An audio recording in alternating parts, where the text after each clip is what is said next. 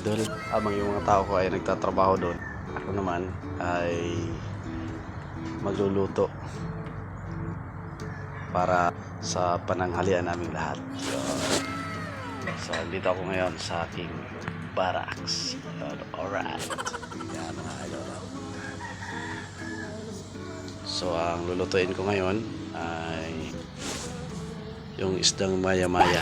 Sana all. Gagawin natin doon ay isisigang natin. Gagamitan natin ng tamarin. Alright, let's go. Yan mga idol ang aming mga sangkap dito. Yan yung aming bigas. At dito kami natutulog. Yan yung ating mga duyan. Yung duyan ko naman na yan, dyan ako natutulog. So shoutout po sa sponsor ng aking duyan, kay Sir Jun Dalit Jr. Alright. So dyan yung aming saingan. Dyan yung aming kaldero. Yan yung PVC na ginagamit namin sa wrapping. At ito na nga yung aking nilutong isda, yung maya-maya.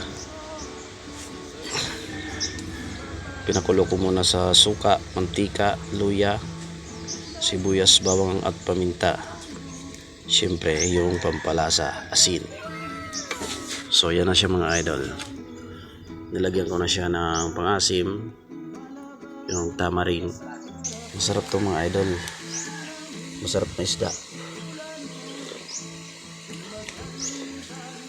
So ayan mga idol, sarap na ng lasa. So maya maya antayin na lang natin yung ating mga tao para sa pananghalian nila. Okay, bye bye and God bless you always.